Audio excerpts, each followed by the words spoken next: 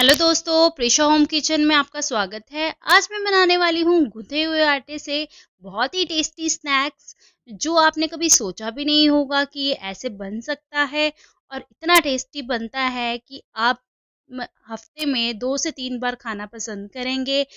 अगर आपको वीडियो अच्छी लगे तो चैनल को सब्सक्राइब एंड वीडियो को लाइक करना बिल्कुल ना भूलें। तो चलिए शुरू करते हैं। इस रेसिपी को बनाने के लिए मैंने यहाँ पे गूंधा हुआ आटा लिया है। ये जो आटा हमारे घरों में बच जाता है, या फिर आप ताज़ा आटा भी गूंथ सकते हैं इसके लिए। तो मेरे पास ये आटा बचा हुआ था, तो मैंने सोचा इसी के स्नैक्स बना दूं, क्योंकि बच्चे बहुत ज़िद कर रहे थे कुछ खाने का। तो मैंने सोचा कि क्यों ना मैं इनको स्नैक्स बना दूं। आटा लिया है और उसको 2 हिस्से में डिवाइड कर दिया है, और इसको एक चपाती की तरह मैं फैला लूँगी। तो आप इसको चपाती की तरह फैला लें, बट ज़्यादा पतला ना करें। अब हम ग्लास की हेल्प से इसको गोल गोल कट कर लेंगे, कुछ इस तरह से। और जो बाकी बचा हुआ आटा है वो आप निकाल लें, और ये हमारे जो गोल गोल आटे की गोल गोल छोटी छोटी रोटियां बन के तैयार हैं। अब एक तवा लेंगे और तवे पे इन रोटियों को हम डाल देंगे सेकने के लिए। तो मैंने यहाँ पे सारी रोटियां जितनी मैंने बनाई थी वो मैं यहाँ पे सेकने के लिए डाल रही हूँ। अब थोड़ा सा मैंने यहाँ पे तेल ऐड किया है, रिफाइंड ऐड किया है, बहुत ही कम रिफाइंड ऐड किया है। आप चाहें तो ऐड कर सकते हैं, नहीं तो इसको ऐसे भी आप पका सकते हैं। तो देखिए ये पक गई हैं, और इसको हम पकने में 1 से 2 मिनट लगते हैं, और जब ये फूल जाए तो समझो ये पक चुकी हैं। तो अब हम इसको निकाल लेते हैं साइड में। अब मैंने एक बाउल लिया है और उसमें मैंने 1 कटोरी बेसन की ली है। बेसन में मैं यहाँ शिमला मिर्च ऐड कर रही हूँ, छोटी छोटी बारीक काट ली थी मैंने, तो वो मैं ऐड कर रही हूँ। आप चाहें तो कुछ भी नहीं ऐड करना है तो ना करें। फिर मैंने इसमें मसाले ऐड किए हैं, गरम मसाला ऐड किया है, और साथ में ही स्वाद अनुसार नमक ऐड किया है, और साथ में हम हल्दी ऐड कर देंगे, और 1 चम्मच ये तिल का यूज़ किया है मैंने यहाँ पे। और पानी डालते हुए आप इसको मिक्स करें। ध्यान रखें कि सारा पानी एक बार में ना डालें, पानी थोड़ा थोड़ा करके ही ऐड करें।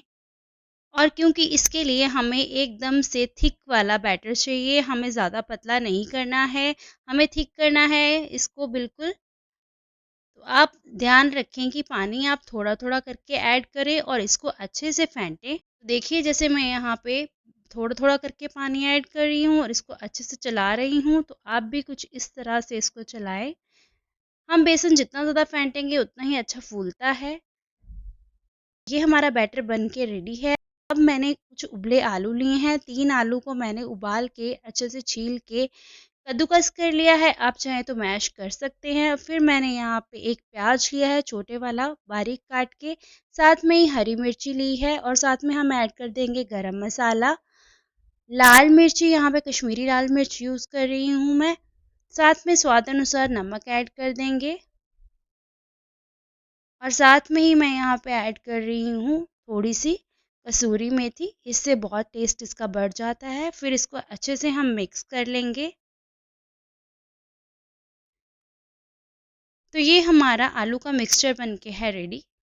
अब जो हमने रोटियां सेक के रखी थी वो ले लेंगे, और एक रोटी को आप लेके आलू से कोट कर लें। हमें आलू एक साइड ही लगाने हैं, दोनों साइड नहीं लगाने हैं। तो इस तरह से जैसे मैं आपको दिखा रही हूँ, इस तरह से आप आलू का मिक्सचर लगा लें, इसको अच्छे से फैला लें। देखिए कुछ इस तरह से। अब हम इसको डिप करेंगे, जो हमने बेसन का स्लरी बना के रखी है उसमें इसको हम अच्छे से इसको कोट कर देंगे। तो फिर मैंने यहाँ पे कढ़ाई ली है, कढ़ाई में मैंने तेल गरम कर लिया है। रोटी का जो हमने स्नैक बनाया है वो इसमें डाल देंगे। ध्यान रखें जिसमें आपने आलू लगाए हैं वो नीचे की तरफ डालें। अगर ये आप ऊपर की तरफ डालोगे तो ये फट सकते हैं, तो इस बात का ध्यान रखें।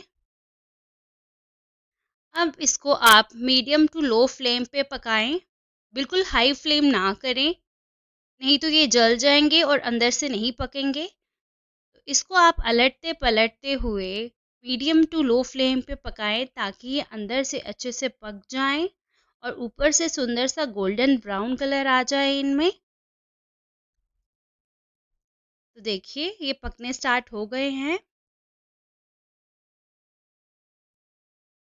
और कितना सुंदर कलर आया है इसमें। तो ये मैंने देखो आपको मैं दिखा रही हूँ, देखिए कितना प्यारा कलर आया है। हमें ऐसा ही कलर चाहिए, ज़्यादा जलाना नहीं है इसको हमें। तो चलिए अब हम निकाल लेते हैं एक प्लेट में और करते हैं इसको सर्व। तो यहाँ पे मैं इसको सर्व कर रही हूँ। तो इसको आप किसी भी चटनी या सॉस के साथ सर्व कर सकते हैं। मैंने इसको टमाटो सॉस के साथ सर्व किया है, आप चाहें तो ग्रीन चटनी के साथ भी सर्व कर सकते हैं इसको। ये बहुत ही टेस्टी रेसिपी है और बहुत ही अच्छी बनती है। कोई बता नहीं पाएगा आपको कि ये आपने ऐसे बनाई है। तो इस रेसिपी को ज़रूर ट्राई करें और बताएं आपको ये रेसिपी कैसी लगी। तो चलिए मिलते हैं नेक्स्ट वीडियो में, तब तक के लिए बाय बाय।